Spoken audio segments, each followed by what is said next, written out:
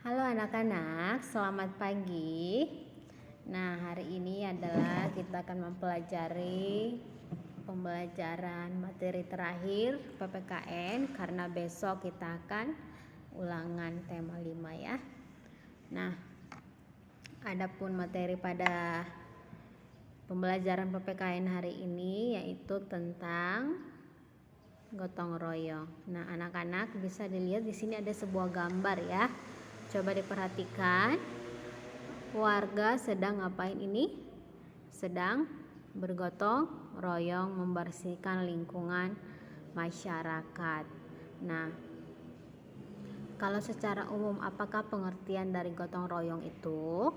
Nah, gotong royong itu adalah bekerja sama untuk mencapai suatu hasil yang didambakan atau mencapai hasil bersama. Kenapa dikatakan karena hasil bersama? Karena dilakukan secara bersama-sama untuk mendapatkan sesuatu yang didambakan, begitu ya.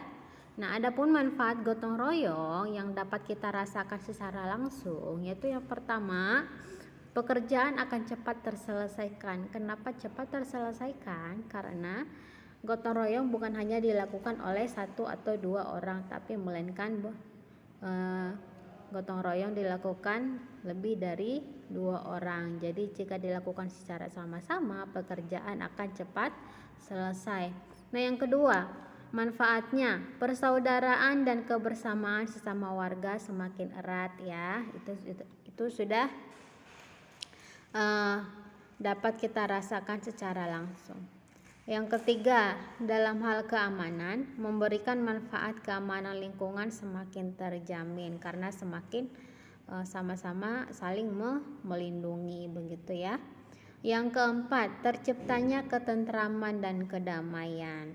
Nah, kalau kita sama-sama bergotong royong, sama-sama untuk mencapai suatu hasil yang didambakan, ketentraman dan kedamaian juga akan tercipta.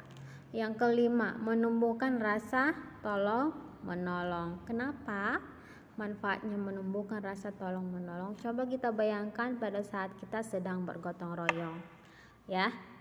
Yang satu sedang membersihkan sampah, yang satunya sedang mengangkat sampah, atau yang satunya sedang mengangkat selokan, akan tercipta rasa tolong menolong karena secara otomatis kita akan memberikan bantuan kita kepada teman kita yang mungkin kita lihat sedang kesulitan mengangkat sesuatu atau membersihkan sesuatu, dan itu yang disebut dengan menumbuhkan rasa tolong menolong.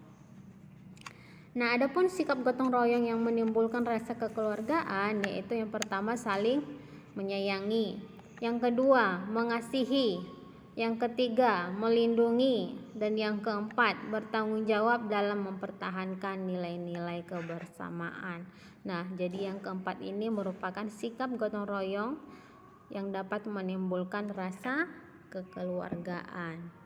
Nah, yang berikutnya, apa saja contoh atau sikap gotong royong dan kekeluargaan yang terdapat di lingkungan rumah, di lingkungan sekolah, di lingkungan masyarakat? Karena gotong royong itu bukan hanya dilakukan di lingkungan masyarakat, tetapi bisa juga dilakukan di sekolah, bisa juga dilakukan di rumah. Nah, ini adalah contoh-contoh yang sudah boleh buatkan.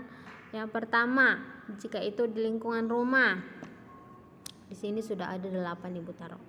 Ikut serta dalam kerjasama di sekitar rumah, diadakan musyawarah untuk menentukan keputusan, bersama-sama mencari barang milik salah satu anggota keluarga. Nah, mana tahu hilang, begitu ya, jadi sama-sama mencari.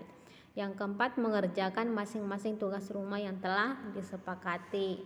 Nah, mungkin di dalam keluarga itu musyawarah dulu, membagi tugas, mencuci piring lah, menyapu, membantu ibu atau membantu ayah. Jadi harus melakukan tugas masing-masing yang telah disepakati atau dimusyawarahkan, begitu.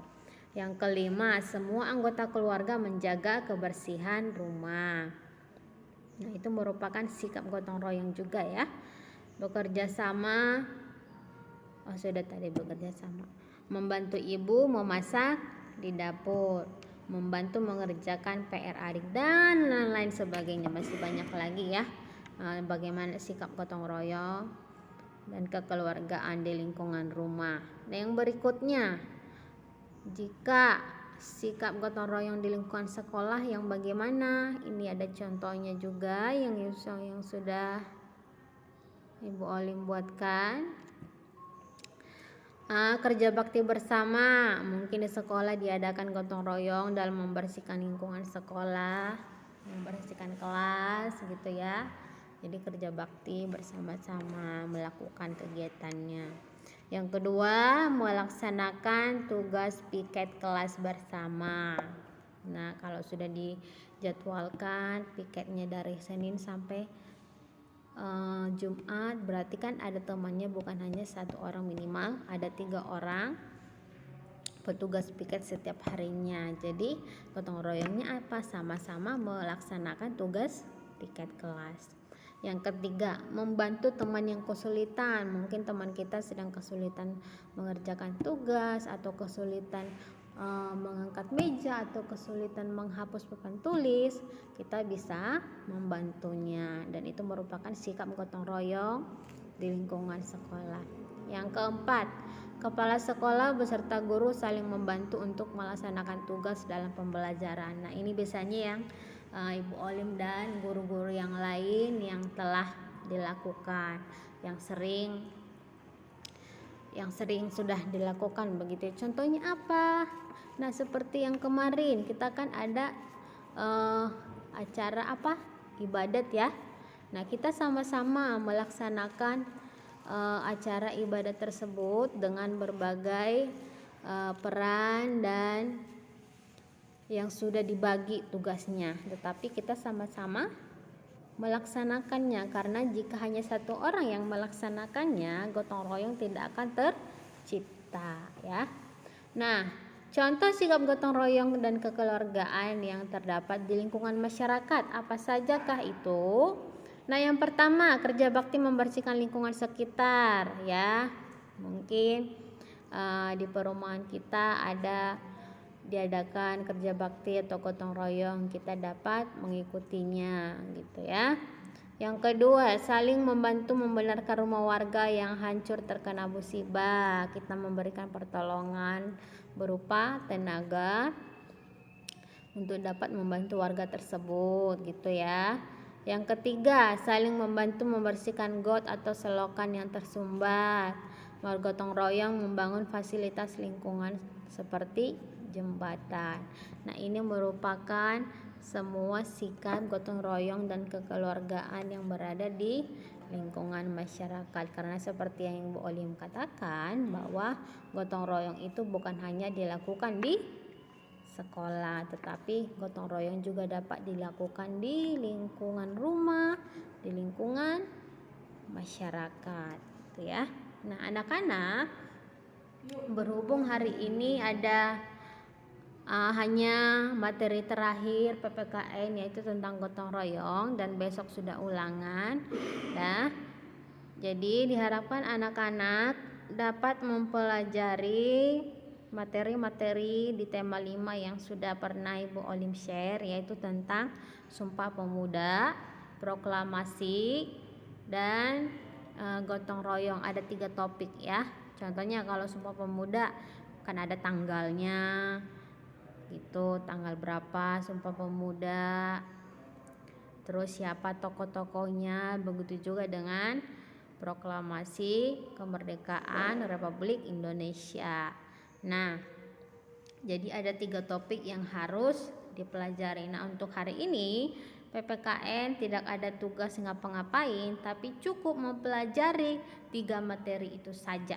Karena hari Rabu besok kita akan ulangan tema 5. Seperti yang sudah dijadwalkan di minggu lalu, di hari Jumat kemarin pada saat Zoom, bahwa bahasa Indonesia diganti menjadi PPKN. Jadi besok kita ulangan PPKN. Jadi silakan mempelajari 3 topik yang sudah Ibu Olim tadi katakan, yaitu tentang Sumpah Pemuda, proklamasi kemerdekaan Indonesia, dan gotong royong. Ya.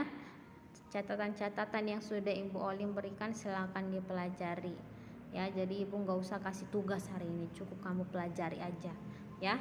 Tapi besok ulangannya jangan sampai ulangannya asal-asal diisi ya, karena hari ini Ibu nggak kasih tugas, besok ulangannya jangan asal diisi. Ibu Olim nanti marah kalau nilainya 0 apalagi dibawa KKM ya, nggak suka Ibu, karena kamu mau mengerjakannya di rumah sudah banyak waktu tapi nilainya masih merah.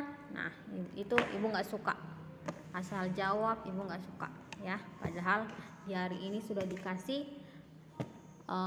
kelonggaran waktu untuk mempelajari materi-materi PPKN. Oke anak-anak, silakan mempelajari materinya ya, besok kita ulangan.